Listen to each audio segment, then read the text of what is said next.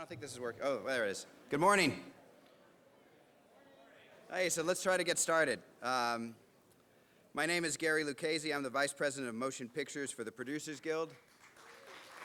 And I'm also one of the co-chairs of this year's Produced By conference. Today's session is going to be great. It's about passion projects, making films everyone says will never get made, but it will be much more than that because you'll have two extraordinarily talented people here in Bryan Grazer and in Pete Berg. So, you know, when I saw Bryan a few minutes ago, and it brought a big smile to my face because we were both in our 20s when we met each other. I was a young executive at TriStar, and he was a young producer hustling around town putting movies together. And the first movie Bryan did that I recall that was his big hit was Splash, which was a really big movie in the early 80s. And you know, he went on, he took that success and he went on to win the Oscar with with A Beautiful Mind. He was nominated and made a great movie with he and Ron Howard in Apollo 13. They made American Gangster. They made Friday Night Lights. They've done television series 24 and Parenthood. He's one of the top producers in Hollywood. And Peter Berg is somebody that Bryan worked with on Friday Night Lights. And Pete, you know, has done. He just did this Freddie Roach project that you'll see. He did Kingdom. He did Battleship. He did Hancock. So you're talking about two eminently talented people. So it's with great pleasure that I introduce Bryan Grazer and Peter Berg.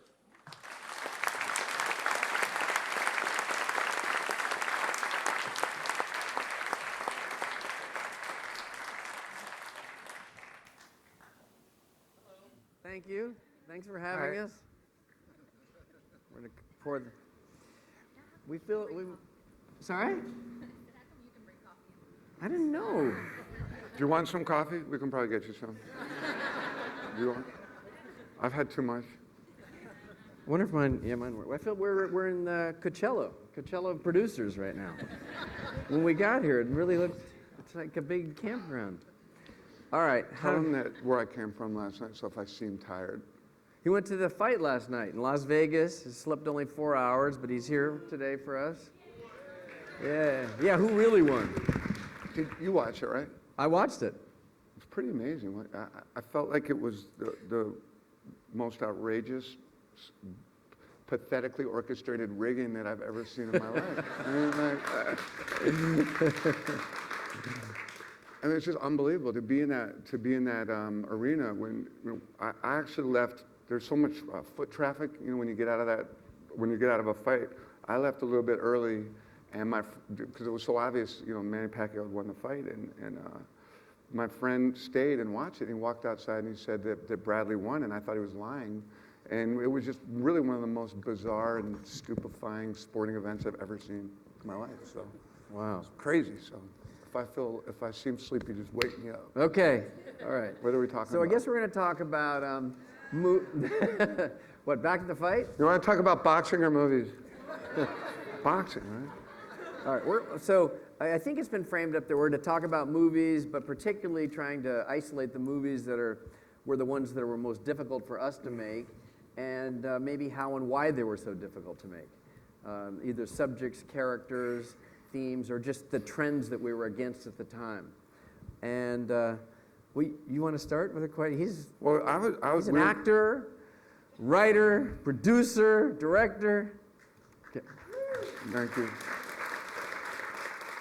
First, I was thinking when we walked in, I was remembering when we first met, and I couldn't remember. And one of the things I find, one of the many things I find kind of very amazing about you, and you know, I look at you as someone who, you know, possesses certain keys to success.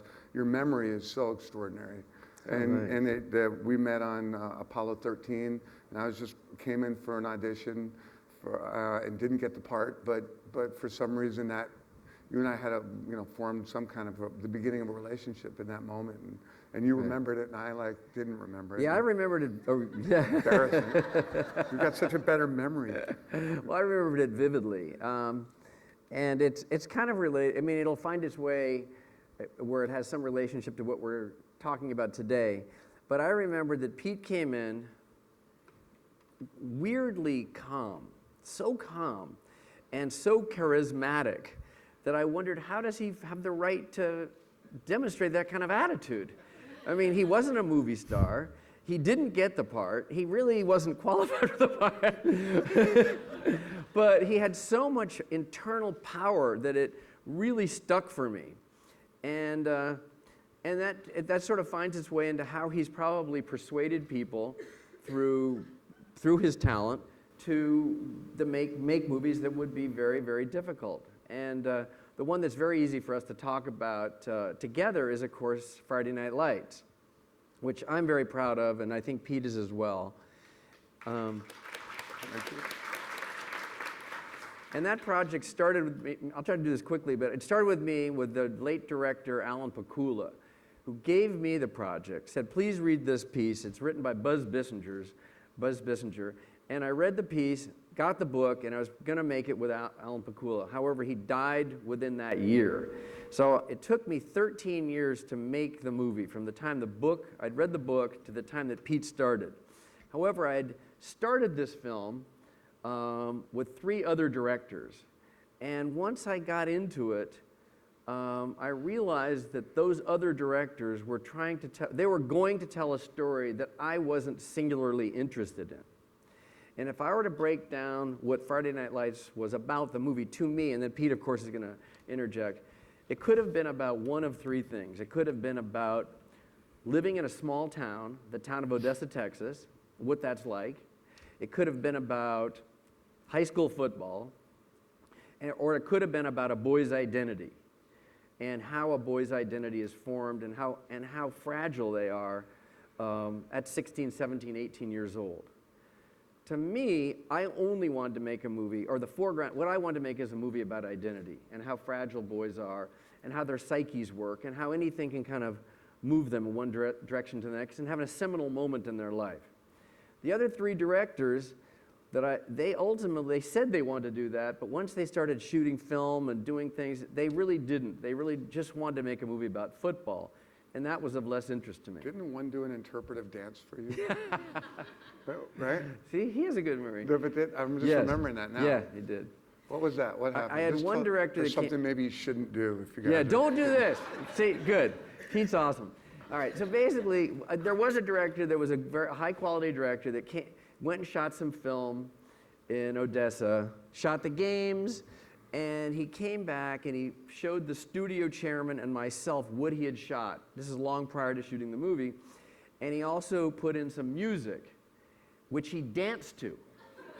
He literally stood in front of the TV monitor and started dancing to his own music, and I thought, I just can't work with a director that does that. And I don't blame you. yeah. I don't blame you. So, but fortunately it worked for Pete and I, and it was a very hard movie to get made, and of course Pete will talk about why it was hard to make, but to get made because it was a movie that was about all of those things which are not gigantic high concept vehicles. They're not high concept things, and they don't win the game in the end. And Pete was determined to tell the very truthful story of what Buzz Bissinger wrote, and wasn't going to hype it up, and he wasn't going to make a town that looked inauthentic and gloss it up. And he shot it beautifully, intelligently. And, you talk about it, Pete. Well, I was thinking as you were talking there, if we're here to talk about how difficult movies get made, they're all difficult. There's never an easy. For me personally, and I was joking with Brian. He gave me a list of the difficult films that he made, and it was like 40 films. It was pretty nice. Were there any easy ones? And he said, well, maybe Parenthood a little bit, I think he said. But for me, they're all kind of these epically complicated battles, and if you ever get frustrated and feel like you're battling, you're certainly not alone. I feel that way about everything I do. If it's a huge film, if it's a commercial, if it's a little documentary, they all bring their own unique skill sets. But I think in each one, I can look back at kind of key moments that I think really help shape the film getting made, and also kind of helped me as a filmmaker get, as Brian likes to say, get on the inside, which I think is critical for anyone that wants to make a film. You have to figure out how to really put it in your blood and let it exist inside of you, because it is so challenging. But one of the great, I think, lessons to me of this business and the kind of absurdity or the randomness, and people talk about luck as being an element to getting anything made, or you can try so hard and do everything right, and then something kind of crazy happens, and that's what actually ends up being a definitive moment. And in the film getting made, and for me, the definitive moment of us getting Friday Night Lights made was when the studio was concerned about the fact that they lost and that football has a very weak foreign market, and the film was a little bit, it didn't feel like kind of an MTV, kids weren't running around having sex in laundry machines and stuff like that, and they were just very nervous about it. So I concocted this genius idea that we were going to take everybody, Bryan and all of his staff, and Stacy Snyder, who's the president of Universal, and all of her staff, and we're going to get a private plane, and we're going to fly to Texas on a Friday night, and I was going to take them to a football game. And that would sell it. If anyone's ever been to a Texas football game, that would seal the deal. And nobody wanted to go. They were like, fuck no. Yeah. No way, because it's hard sometimes because everybody's busy, and to get them on a plane to Odessa, Texas isn't the easy. But I managed to get them on the plane, and we flew, and everybody was like, okay, we're leaving at halftime. We'll stay for 2 quarters. Remember, everyone wanted to leave at halftime. Completely. And I'm like, okay, we'll leave at halftime, and we went into land, and there was this horrible storm, so we had to move airports and get bussed in, and everybody was in a horrible mood. By the time the game started, it was like, we might leave after the first quarter. And I'm like thinking, this was just a horrible idea that I had. I've just killed my film. I couldn't have gone worse, and everybody, I think we were all blackberrying back then. There was a lot of blackberrying, and everybody's like, we'll be home soon, or their husbands. And we went there in the game, it started to rain, and it was cold, and it was miserable, and everybody's like, and everyone's assistants were coming up to me, and they're like, leave really soon. And I was there with my producing partner, one of them, Sarah Aubrey, and she was like, this is the worst idea you've ever had.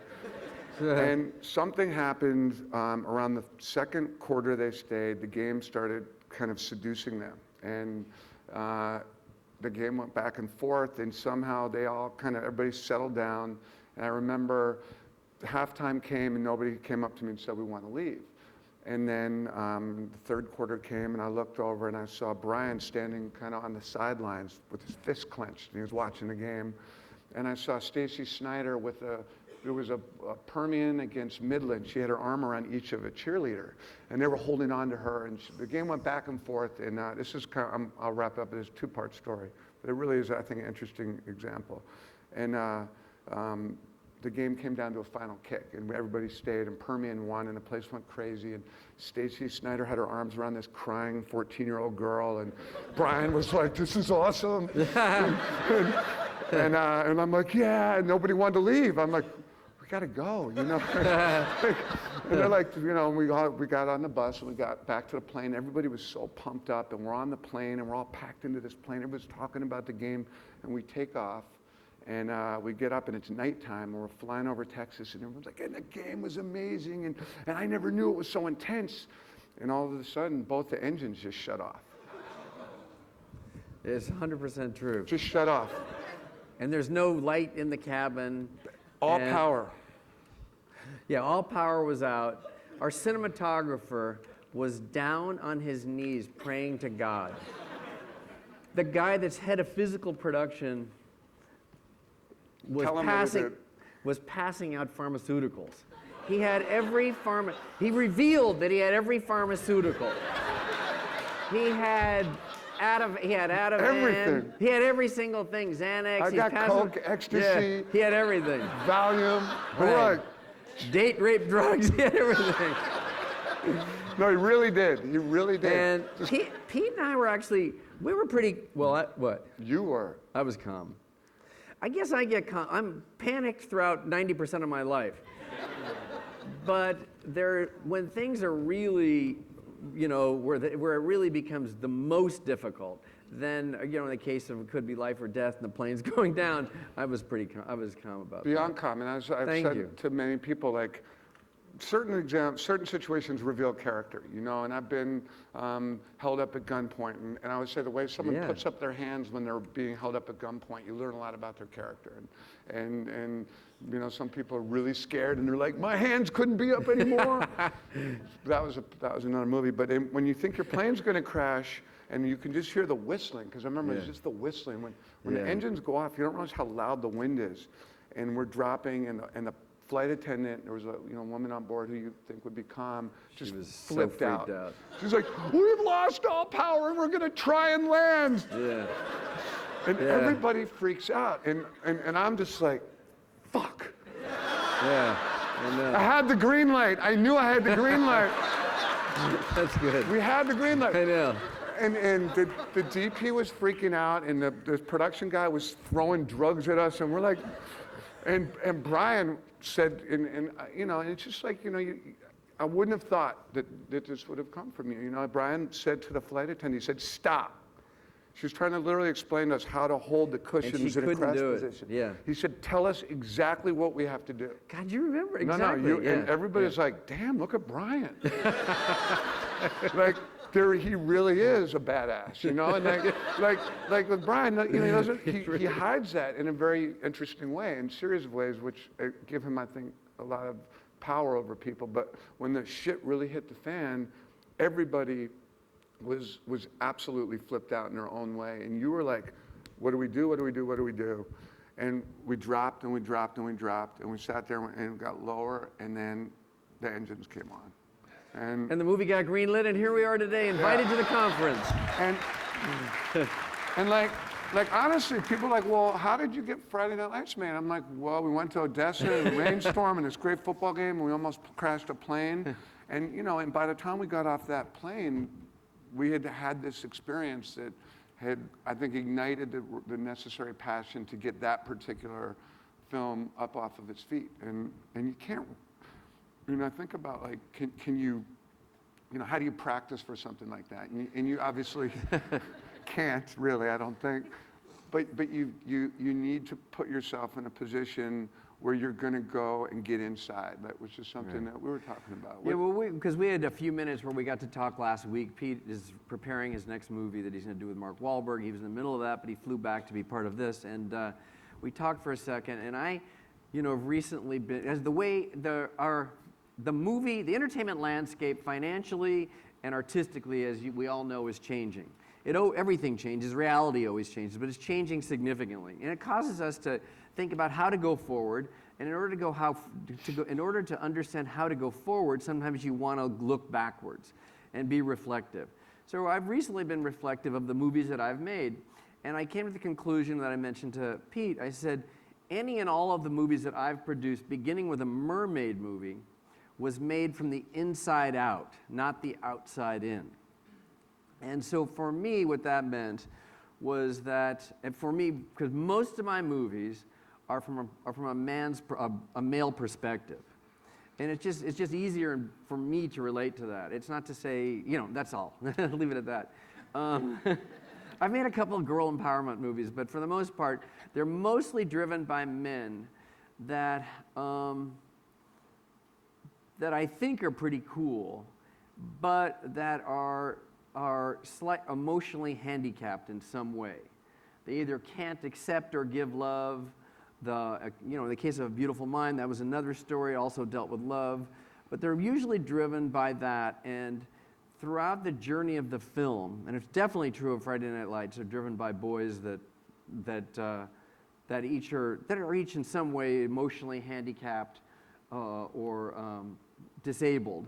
And throughout the journey of the film, even though they didn't win the game in Friday Night Lights, they won something inside of them. The emotional journey that they go through that drives the film for 2 hours gets completed for them.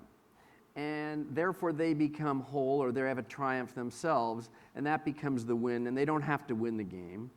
Or in the case of 8 Mile with Eminem, we grew up in a shitty place and he was outed by all the rich kids and all the other obstacles he faces. He didn't become the biggest hip hop star in the world. He just moved to a slightly higher level. So I realized for me, to tie this together, that the movies that I made from the inside out worked, and for the most part, the movies from the outside in, where I had this super high concept, but I didn't focus, because the concept was so high, I put less of my psychic energy or creative energy into the inside, and they haven't been as successful or as rewarding to me.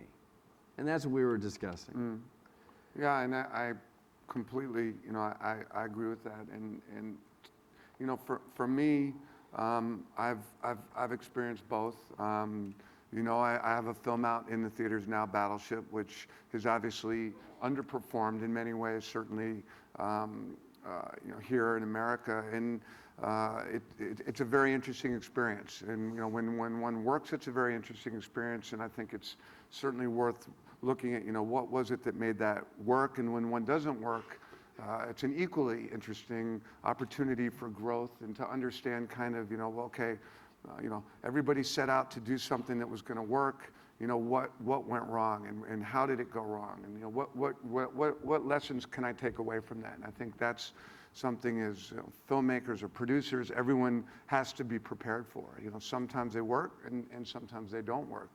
And in the case of Battleship, there was a film that I tried as hard as I could to get inside of, but the concept becomes so intense and so powerful, and the money becomes so intense and so powerful, and at a certain point, despite everybody's best intentions and really creative, smart people, the movie's going to just run away with itself. And unless there's some real inside, deep, passionate, really soulful connection to it, it can be very hard to manage. So I completely agree, and as a filmmaker, I mean, for me, I could talk about how inside I felt on movies like The Kingdom or Friday Night Lights, and I think a good example and something to, I think, push your filmmakers, your directors, if you're a producer or if you want to be a director, something to think about is how you as a director can get inside something and own it, so that when the shit hits the fan, you're unshakable, or you're as unshakable as you can be. And for me, that comes to research and immersion in the subject. So that for me, I want to get it inside of me by knowing that I know that world better than anyone. So that when the storm hits, I can hold my course. And on Friday Night Lights, that came during the research phase when we were down. I asked Bryan if I could spend about 8 months living with a high school football team. And a lot of producers, I said, I can't make the film unless I can do that. And Bryan understood that, and he said, yes, go. And we were able to get the kind of the schedule cleared so that I could go and spend that time. And during the course of that, we were filming a football game in Austin, Texas, and we were filming it thinking we'd take that footage and put it into the film. And I was at the stadium, and there were about 30,000 people there for a high school football game. It was a playoff game, an Austin team against a San Antonio team. And in the fourth quarter, there was a collision, and a young boy, 16-year-old boy named David Edwards, tackled another 16-year-old boy named Koyani, and David Edwards broke his neck. And he shattered his vertebrae and became an instant quadriplegic. I mean, I was standing right in front of him when it happened. And there was no ambulance there. So the only sound for about 40 minutes was his mother screaming. And I was there with my editor and a couple of our cinematographer. And in that moment, and through that experience and that movie got inside of me. And there was no way anybody was going to shake my conviction to make that film, or my belief in that film and in that culture and in that world. And once I had that, I couldn't be touched. So to me, when you were talking about getting inside of something, those are the experiences that for me as a filmmaker, so I encourage everyone to, I think if you look at filmmaking as kind of an interesting hobby, or I'm going to do a little of this, a little of this, a little of that, you're going to probably eventually run into some problems. And you always strike me as, someone that doesn't do that. At the end of the day, there's got to be a real in for you, a way of reducing it to an essence that you understand, and that you have that unique skill set to understand. So, Thanks. So, but I think I'll interrupt. I mean, it'll all sort of connect. But I said to Pete, just as we were there, I said recently I was in a meeting, because I think we should get granular about it in terms of telling you, or trying to tell you, how to, even if you're not a performance person, like Pete is fearless, so he can go into any room and speak from his inner truth and say what he's trying to communicate. Not all of us can do that. I'm not really fearless. I'm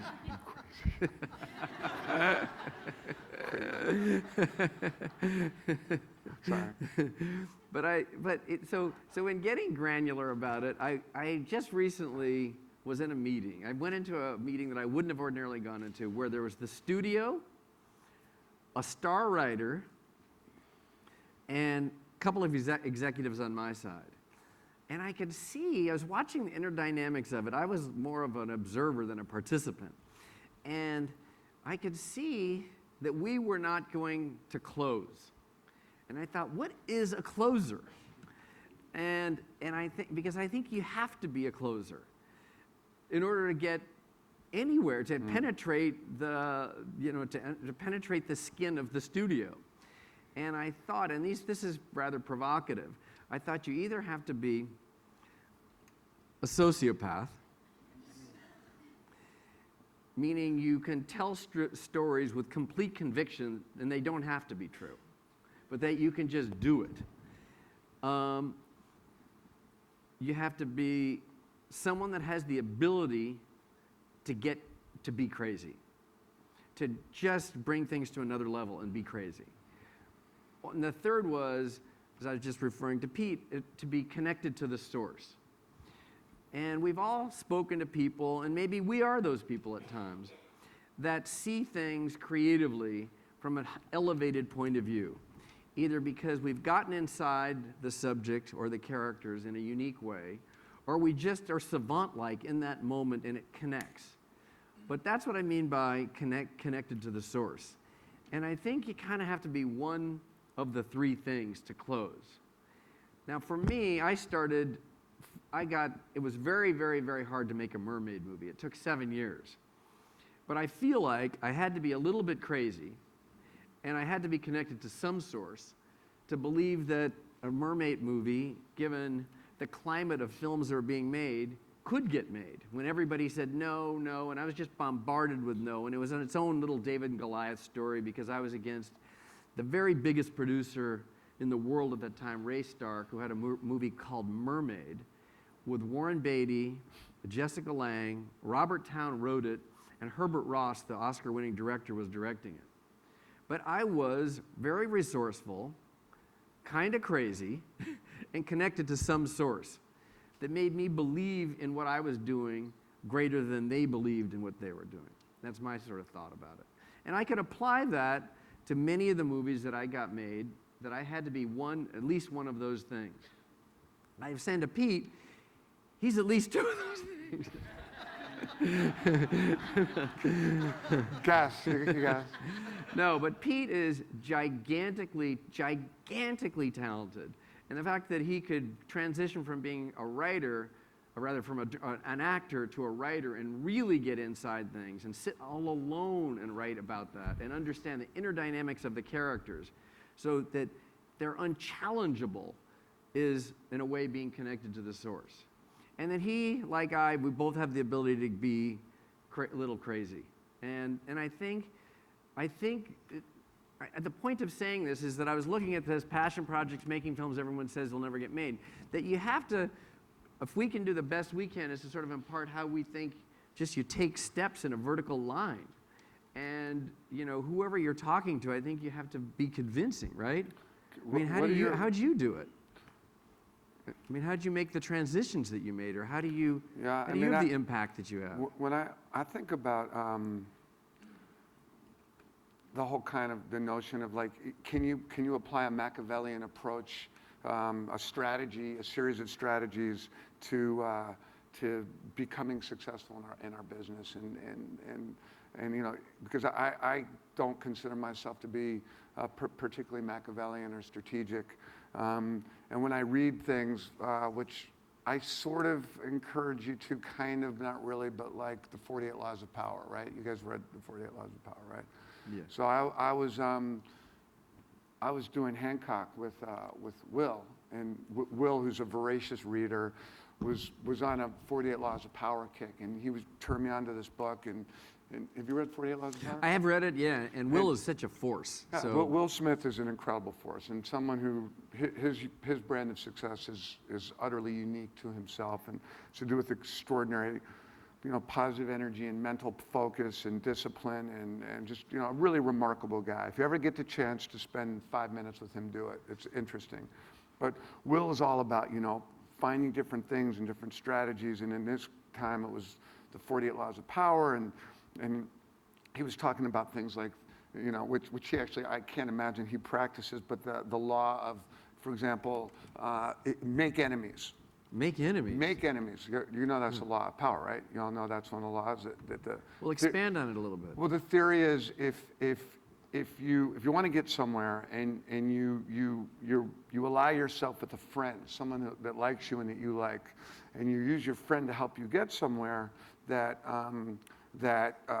eventually your friend is going to resent you. Your friend's going to grow to get, you know, whether just feel like he's been second banana or she's been second banana, and there'll be a certain resentment. And that resentment will limit the amount of success that relationship can generate.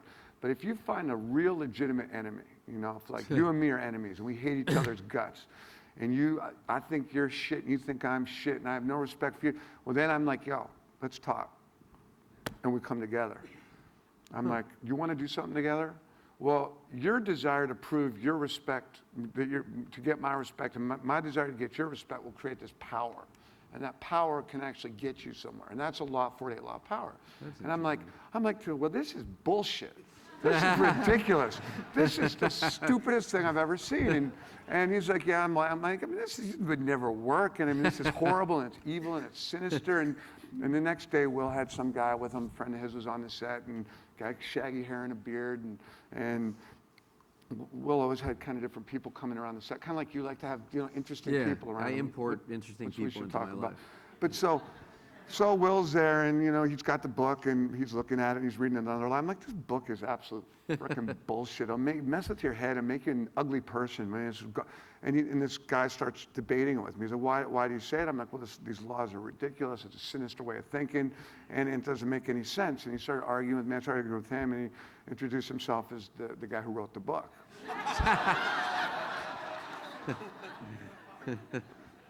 And Will thought that was really funny, and so I had an interesting debate with the guy, and I thought about that book, and about 5 months later, I had a situation where maybe, if you asked me if I had any enemies, I had one enemy, one person I really felt like had lied to me, and I just was furious, and I felt like I had the moral high ground, and I wasn't going to let him off. What kind of job did he have, or she? You can He's keep in it the, general. well, I can't say who he is. Okay. Well, yeah, say who it is. You want me to say who it is? Yeah. It had to do with Friday Night Lights.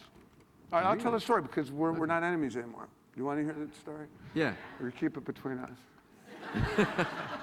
All right, so you guys know what DI is? You all know what a DI is, right?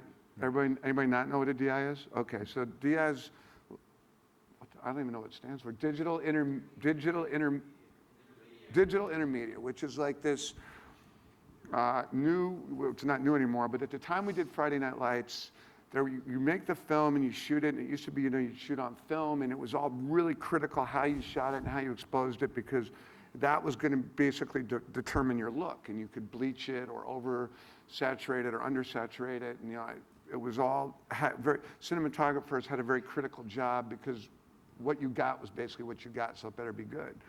And along came this world of DI, and suddenly there were these guys called DI artists, and they were able to manipulate the film and do anything to it. So filmmakers like Michael Mann and Michael Bay and Ridley Scott were very, very technologically oriented, really embraced this, and, you see incredible looks out of films. And there were a couple of guys that shot up to the top of this world, and one of them was a gentleman named Stefan. All right? You all know I just Stefan? rented Stefan's house. Everybody know Stefan? Yeah, Okay. we do. So I'm told that we have to have Stefan because he's the artist and he's going to make the film and he's going to give us a look and he's going to elevate it. And I'm like, okay, let's use Stefan. So I go, Stefan's doing the film. And the folks at Universal said, no, we can't do it because he's too busy. And what he always says is he'll do the film, but then he gets too busy, so someone else will do the film. But he'll tell you he's going to do the film, but he won't do the film. So I'm like, Stefan, is that going to happen? You don't tell me this and it's not going to happen? And he said, no, that would never happen. So we give him the film, and sure enough, it happens. And he's like, look, I can do some of the film, but I can't do all of the film. And I go crazy, right? And I feel like I've been wronged.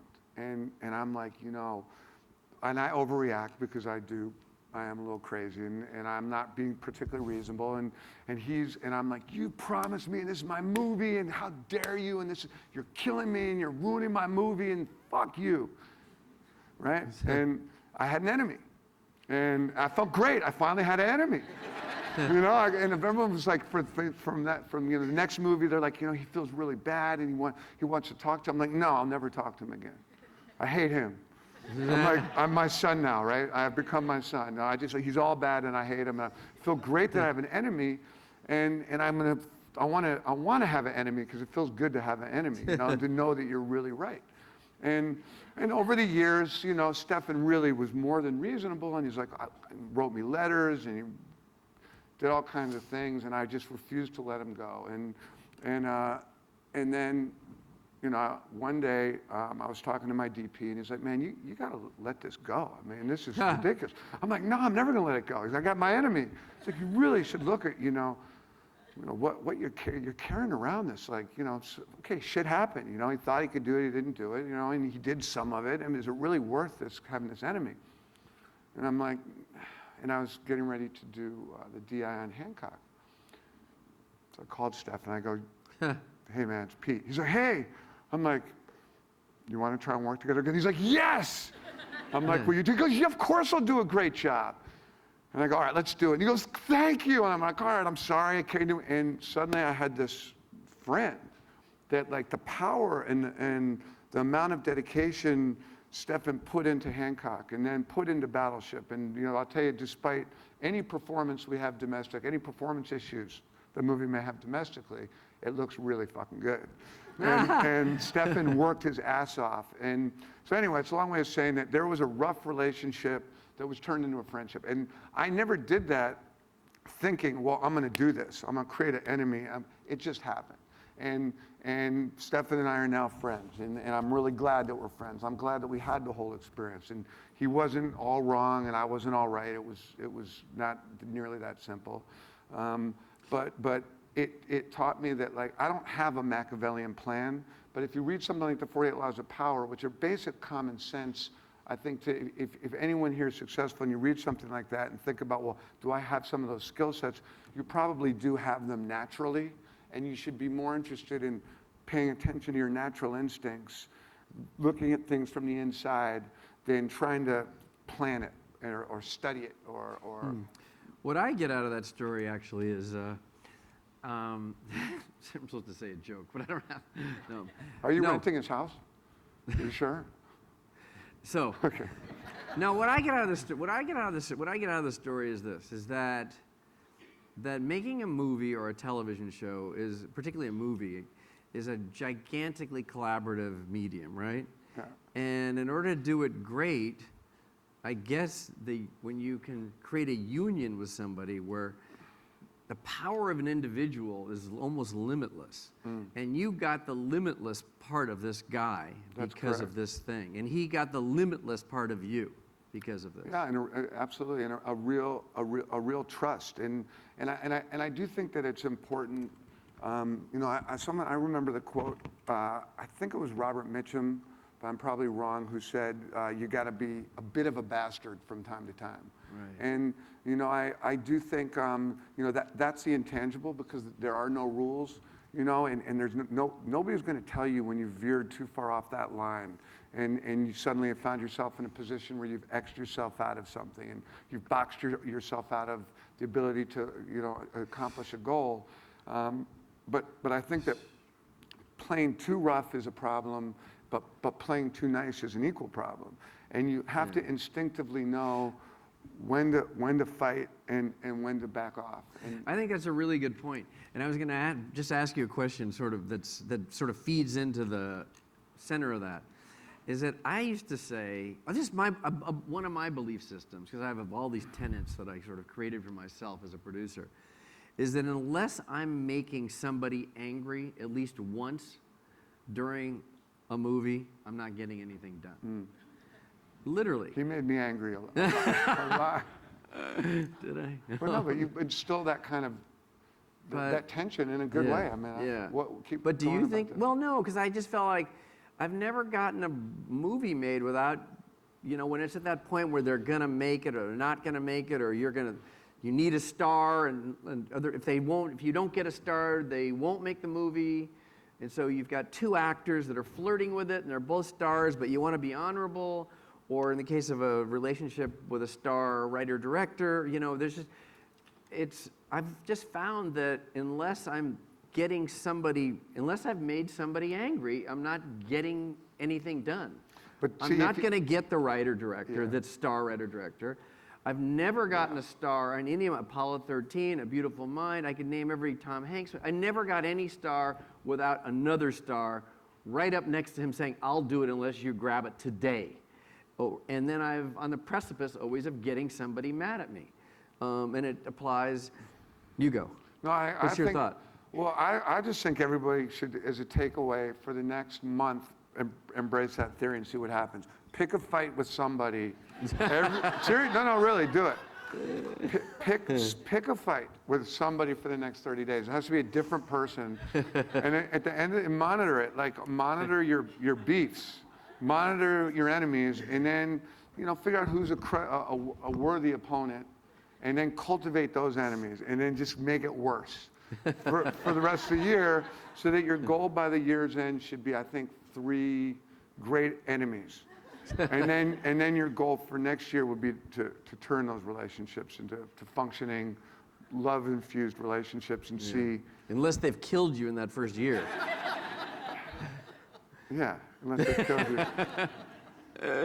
But I don't think that.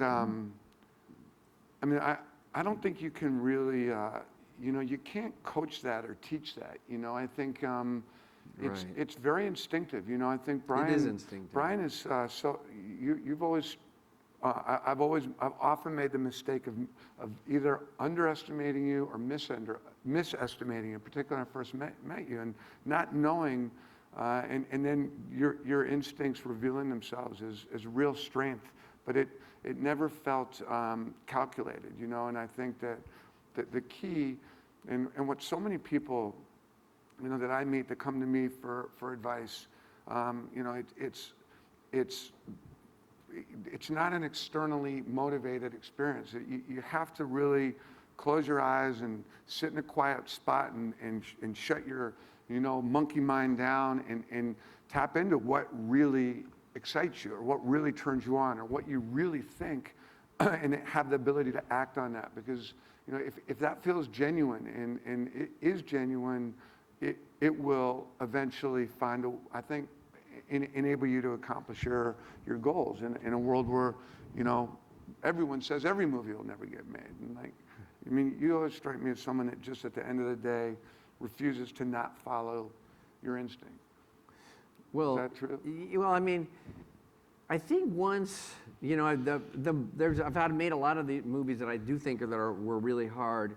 Probably the hardest was American Gangster, and what happened is throughout my career that preceded that, hadn't put this together entirely, but I never gave up on The Mermaid, and I didn't give up on Friday Night Lights, and I didn't give up on the White Rapper, and there's, during a time where no rap movies weren't happening, but the ones, rather than going through every one, but I didn't give up on them. And I thought when American Gangster, I was starting to make the movie with a director other than Ridley Scott. The movie got made with Ridley Scott and Russell Crowe and Denzel Washington. It started with Antoine Fuqua, Benicio del Toro, and Denzel Washington, which was slightly imperfect casting, which would have been my fault because it, at the time, would have got the movie made, but it wasn't. I was sort of bullshitting myself a little bit because I had them all, and that's what was getting it made. And it was hard before that because, the message of the movie, you just don't know whether it's not a morally embraceable message with a gangster protagonist that's selling heroin. But I saw it as something bigger than that, and other than that, I saw it as about a man that was wildly resourceful and had the ability to go from a semi-literate black man in the South, to become the biggest gangster in the world at that time, and find his way from the bottom to the top of a power structure. And I'm fascinated with power structures. The other thing that it was kind of a metaphor for how America's corporate reality was working. The American corporation. And that's what I thought the movie was about. But that was at the deepest core. Closer was the moral ambiguity of the movie. So it was very difficult to get it going. So I got it going with this cast of characters, with the one director, with Benicio and Denzel. And about 6 weeks before we started shooting, they shut the movie down. The studio did. And we were about $25 million in the hole, which is like an unbearable amount of weight for anyone to carry. So You mean it cost them 25 to shut it down? it cost them. Thank you. Sorry, it cost $25 million to shut the movie down, which is kind of unheard. I think it is unheard of. That's a big number. It's a really big number just to shut it down. But they did shut it down because they just believed that spending 110 wasn't worth it to them. And they shut it down, and the corporation, General Electric, said, look, we don't ever want to hear the words American Gangster ever in our lives. And I was getting into the shower, and I thought, this idea has so penetrated my psyche that it is inescapable. Just like The Mermaid was inescapable, or The Rapper was inescapable, or, I'm just bringing up good ones, I've had bad ones, but they become inescapable once an idea impregnates your psyche, which Pete can very well speak to. And once they live inside your psyche, they don't go out. So I thought, instead of waiting 3 months or 6 months for General Electric and Universal to sort of say, okay, you can say American Gangster again, I started like the very next day. I said, fuck it. I'm going to not wait 24 hours, even though they've said we don't ever want to hear it, and it was actually close. It was like $28 million. And I'm going to reconstruct the movie in a way that is undesirable that is so desirable to them that they have to say yes. So then kind of behind their back or alongside of them, I went and got this Super A director, Ridley Scott, and I got Russell Crowe, who was more right for the role, and I kept Denzel Washington, ended up getting the movie made. But it was only because I had such tremendous belief in like this single thing and knew that it was never going to escape my psyche that I continued to persevere. And I think that, well, there's a message in that, I hope. You know what it is? It is to me like of everything you just said, and I don't know if you guys noticed, but he said, I'm fascinated with the idea of the power dynamic, and what how power is structured and organized. And I think that to me is, in knowing you and knowing that that's a legitimate, you really are interested in how, how systems are set up and what makes a system work. And that's a true inherent, that's like in Brian Grazer. I love watching football and, Right. Learning about, how quarterbacks read defensive, secondaries. You truly love that. And that's in you, that's inside you, and that was always in that script. And so that when the storm hit, which we're talking about earlier, it always is going to hit. There's never not going to be someone who tries to stop your movie from getting made. It's impossible. There's too many people out there that don't want your film to get made. So you're taken from them to get your film made. And if you get yours made, that means all these guys aren't getting theirs made. There's going to be forces that try and stop you. You had that inherent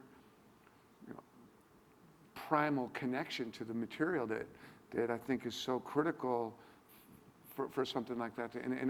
I knew that story well, and I know how you never let go of that. And we just used to sit there and think, my God, he won't let it go.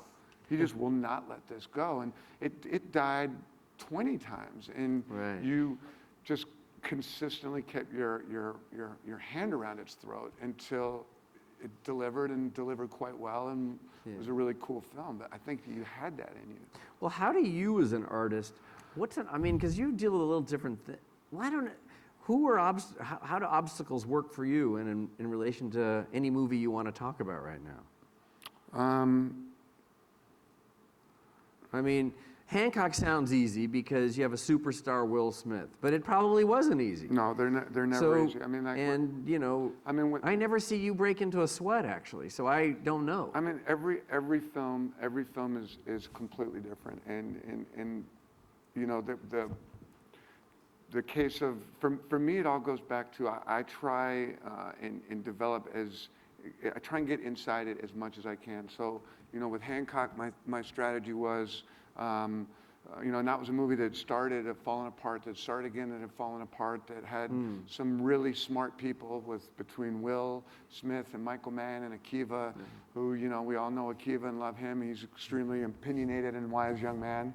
And then the studio here and so for that it was, my role became being able to be the guy who could stand in front of all these, very, very skittish brands. It was like being in the middle of 5 different brands, if you included Sony, and hold my ground and say, this is the film, we will deliver it, everybody will be okay, everybody's brand will be protected.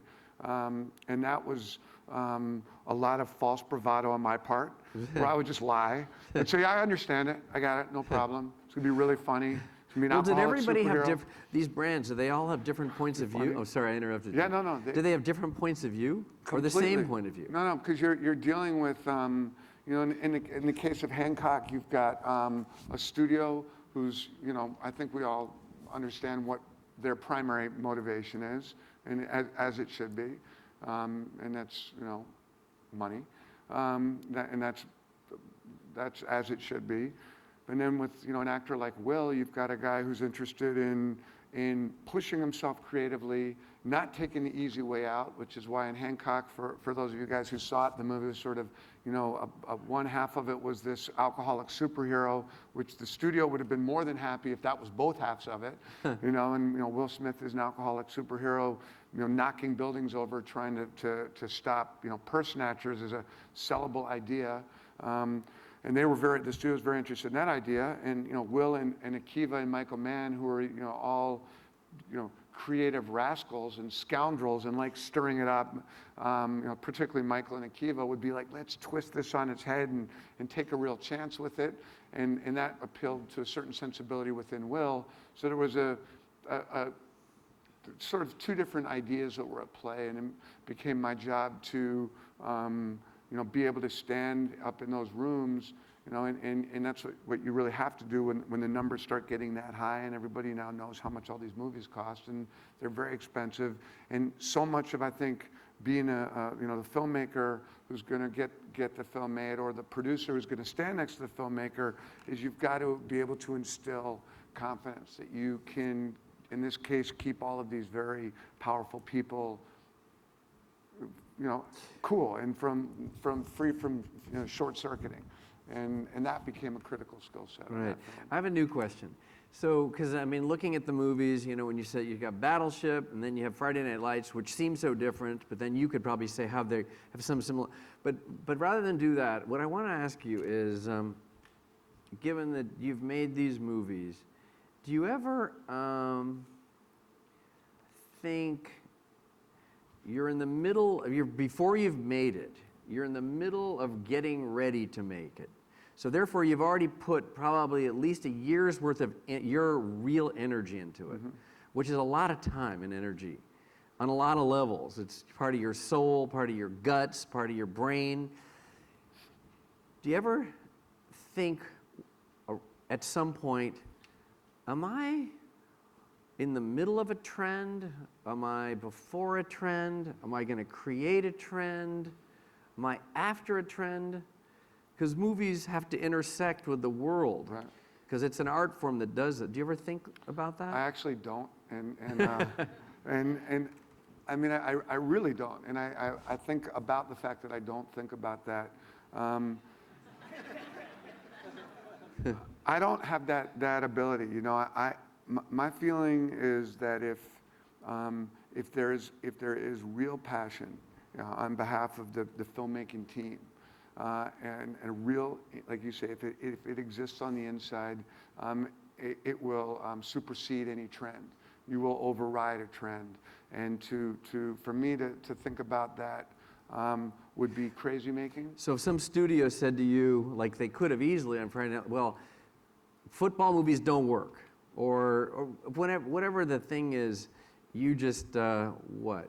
What happens when that happens? That's when if somebody doubts, in Friday Night Lights, if somebody doubts whether football movies work, I would go immediately to my witnessing David Edwards get paralyzed, and the amount of truth that I've seen and the strength that's given me. I'm getting ready to make this film, Lone Survivor, and Lone Survivor was a film that I was going to do before Battleship, and to kind of work this thing out, and studio wanted a summer film, and so I'm going to do it afterwards. So I had to push the making of Lone Survivor till now. And people have said, well, there was this film Act of Valor that came out, and now that I started it before the SEALs had killed bin Laden, and now there's a trend. Well, there's Catherine Bigelow's making a film. Tom Hanks is doing a part in that. The Somalia. Sorry, go ahead. Yeah, the Somalia pirate story. Yeah.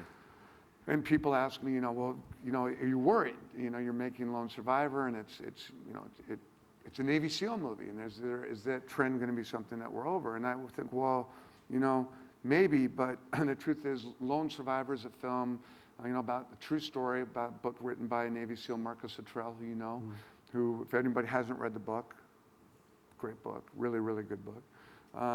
And it's a true story about a gunfight in Afghanistan 6 years ago, where 19 guys were killed and one survived, Navy SEALs. And it's the story of this really incredible survival story. And so I was getting ready to write, prior to writing the script, I got to, I went and met with the families of all the SEALs who had died, or a bunch of those families, and sat with their moms and their dads and their brothers, and ate with them and slept in their homes and heard their stories and understood their kids, and started writing the script. But still felt like, and I got to spend quite a bit of time with Navy SEALs going on training ops here in the States. And I was trying to write it, and it was starting to come together, but I still didn't feel like it existed in here. And it was in my blood. And I finally asked some of the big admirals in the Navy if I could go in bed with the Navy SEAL team. And that had never been done. They never had a journalist or a guy from the media, really a civilian, do that. And they let me do it. And I got to go to Iraq and live with this small platoon of Navy SEALs for a month, and go out at night and watch them do what they do, and just really experience that for 1 month. And that immersion was a remarkable experience in my life, and was able to see things and put that film inside of me so deeply that it exists now in a way that I don't really think about other films. I feel like I have a purity of vision, which you'll all be able to judge, in a year whether that vision was purity or not quite as pure as I thought it was. But that gives me the strength to I don't focus on the trends as much. Right. What do you think about that? I do think about trends. I think about them, and I think about them, and I think about them, and I worry about them. I think to me, they're potentially an adversary to me. So. How so? Well, because I don't want to have images that look like other images that have preceded it, or at least within close proximity. So I think, if I think about 8 Mile, there were rapper movies that preceded it, and so it worried me. But then I thought, well, do I have a message that I'm trying to communicate that is much different than the message that has been previously communicated? Do I have a statement that I want to say? Am I reaching into some human and universal dynamics that someone else isn't doing? But I still worry about so I'm hoping that I'm doing those things and they're transcendent of what might have preceded it. But I worry about it, and I know that people will make studios with fewer movies that get made. They're always looking for reasons not to do something, and that's potentially a very powerful argument. Oh, they did this game. They did this thing. Oh, we did another Fable. We did a music movie. Okay, So, I can't even remember, but there's studios right now that are. I don't want to say this, but No, you have to. I said the story there's about some Stefan. studios that suffer from that, Right. where they get punched they go out and make a movie, they get punched really hard because it doesn't work, and then we say we can't do any of these anymore. So then all of a sudden they swipe all those out of their, what do you love? No, I know. Yeah, where they wipe all, whatever whatever the subject is. Tell me why you're laughing. You're just laughing. Well, no, I just think it's because it's true, right? It's completely true. We can't do dramas. We can't make this. movies. We just can't make movies anymore. Yeah. We're a movie studio, but we yeah. actually cannot make any movies. We because can't do these any movies movies. didn't work. We Yeah. just no. You walk in and they're like, no. Exactly. Right? So, yeah. Or we can only do movies under 20 and over 120. Or we can't. They keep creating reasons because they have to create reasons for no. themselves, right? Yeah. For survival. And we have to always be aware of that they're trying to do that. And usually it's because of some form of the bigger subject of trends. And so I do think about it because I think of how I'm going to try to obfuscate that. How am I going to do it artistically, and how am I going to do it to convince them to do the thing that I've been working on or putting time and energy into for usually years, much like you people. And it's not it's a hard answer, So that's why I asked, how you see it, because there's always a studio that has had 1 bomb or 2 bombs, and then you can't do that genre any longer, or you can't do that subject, or you can't do that area, and that somehow they grab their arms around your project along with many others, and they throw those in the garbage, and it's an issue, and I see that under the bigger sort of umbrella of trends and the like, and that's why I asked you. Talk about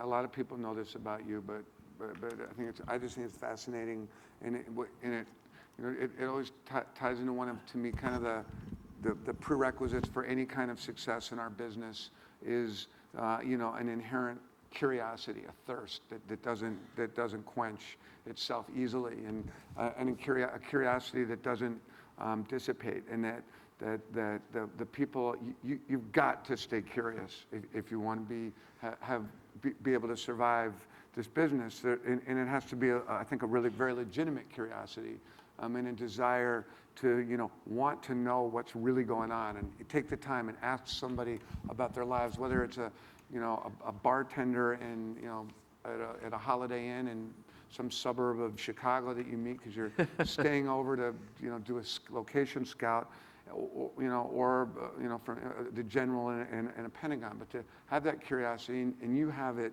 so much, and you still have these conversations. You know, we were joking the other day, we're having a meeting about something else that we're doing together, and Brian's like, what did you do this morning? Like, exactly, you woke up at, what time did you wake up?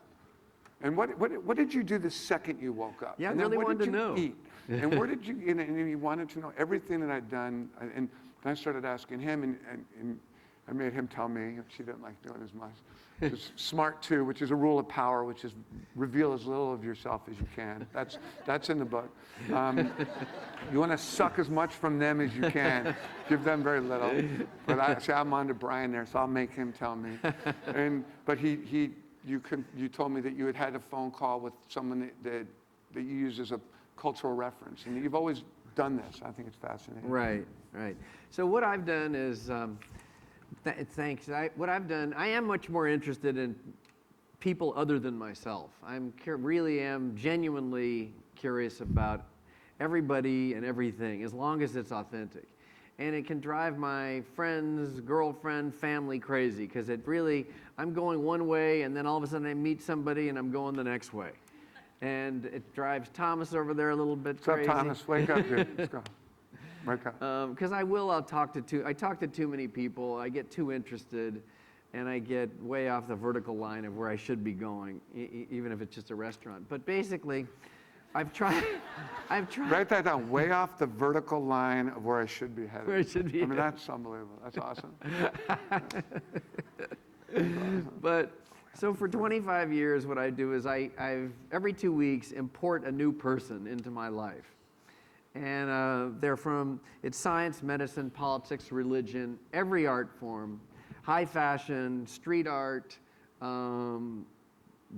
Jail, prison fashion, whatever it is, everything. And technology, digital technology. You were doing TED before anybody was doing I was TED. kind of doing TED really for myself. So created your own internal TED conference, sort of. It's true, though. A little bit. I'm not a great reader, so I'm a little bit of an autodidact, and the only way I can really learn is through interaction, or my best way of learning is through interaction. What are some things you've taken from that? So basically, so what comes from that, from doing that? So by learning from, last week I met with this famous MIT data scientist. And so rather than going through everybody, who and what I get out of it is the following. It disrupts my comfort zone because I have to study up a little bit to know what kind of good questions to ask this data scientist so he doesn't think I'm so I'm not a bad lay. So I have to be, I want to ask good questions. So then I get some information. I get good information, which disrupts my comfort zone. And I can do many things with that good information. I can either, it adds to my knowledge base, and therefore I'm more interesting to people that I'm in contact with. I'm more interesting to studio execs because I have to try to sell studio execs, and everybody that's trying to sell to these studio execs basically say the same thing. So I'm trying to come up with something other than the same thing to say. So if I give them sort of what I'm importing, whether it's the MIT data scientist or some artist that they've never heard of, at least they're hearing something fresh. And something fresh usually excites people. And particularly it excites people that are creative of sorts. So I use that information for that. I use it for a bridge. I use it to take me out of my normal rhythms so that I can be creative myself. I use it to be able to talk to people like Pete Berg, and where he can think that I'm smart. Smart. I know you're a good lay. I know someone good. You don't have to. We're past that. He misses nothing. So, and then sometimes it finds its way, there's a byproduct, and it finds its way into a movie. In the case of Liar, Liar, I met 5 of the greatest trial lawyers in America, and it turned into Liar, Liar, basically.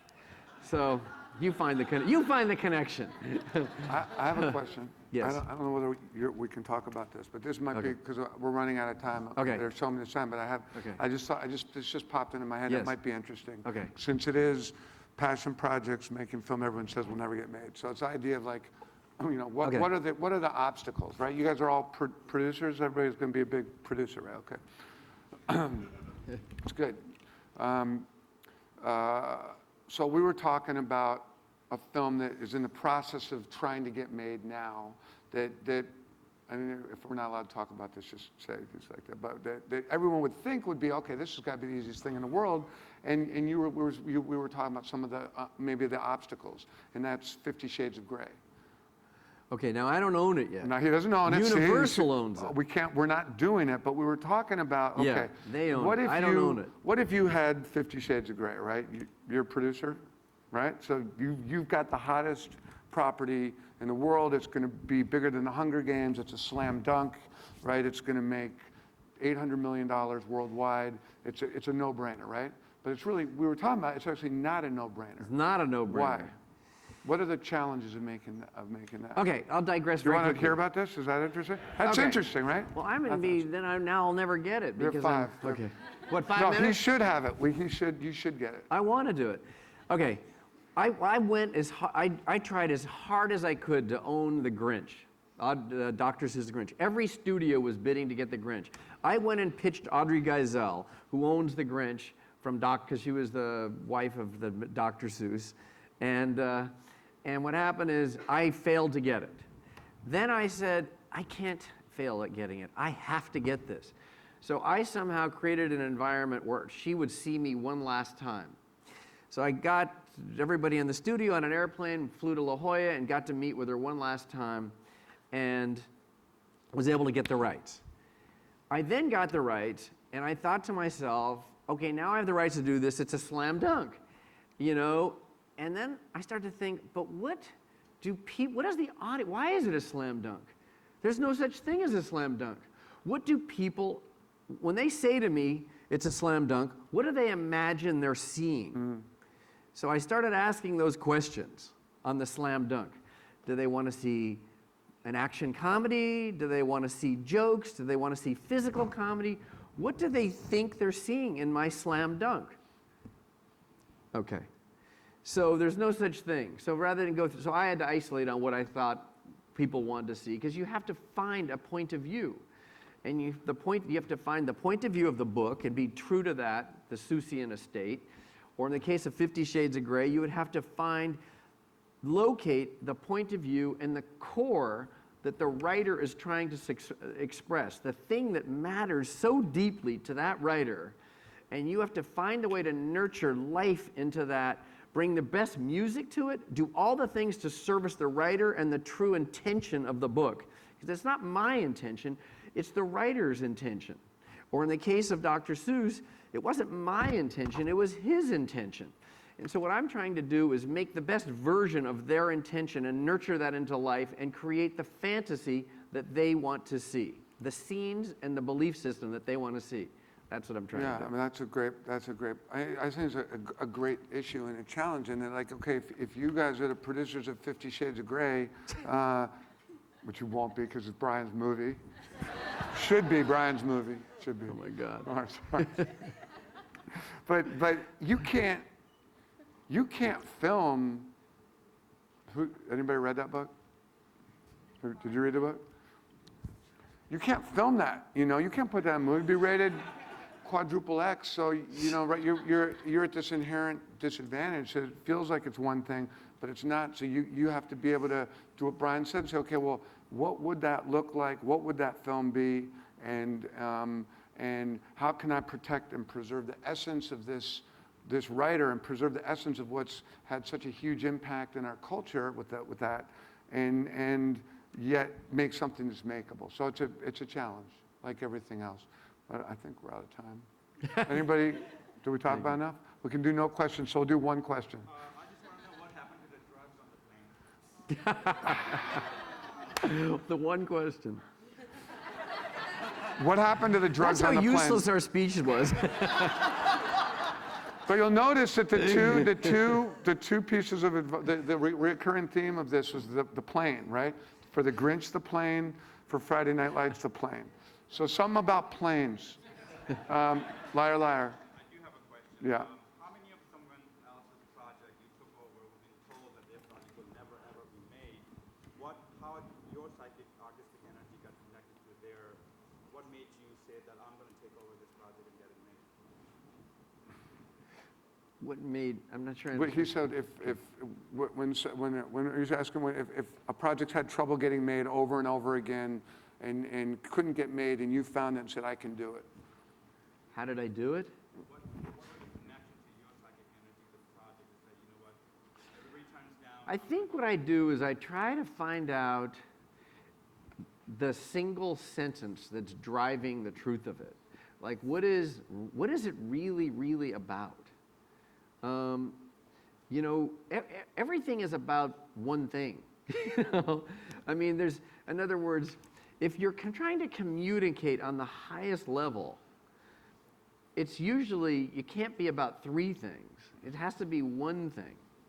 When I made the movie 8 Mile and it was done, I realized that it wasn't, is this movie good? Do they want to see the hip hop movie? What they really only wanted to see initially, so that it had a explosive opening, they just wanted to see if Eminem could act. So when I realized that in my own mind, I controlled the campaign so everything was about that single curiosity. So I didn't really allow his voice to be used in any of the materials. All you could do is hear him sing. You couldn't see him act, so that people would still have to be at the most heightened state of curiosity. So it's locating the point of view, and it's usually a singular idea. Thank you. I think we got to go. Thank you.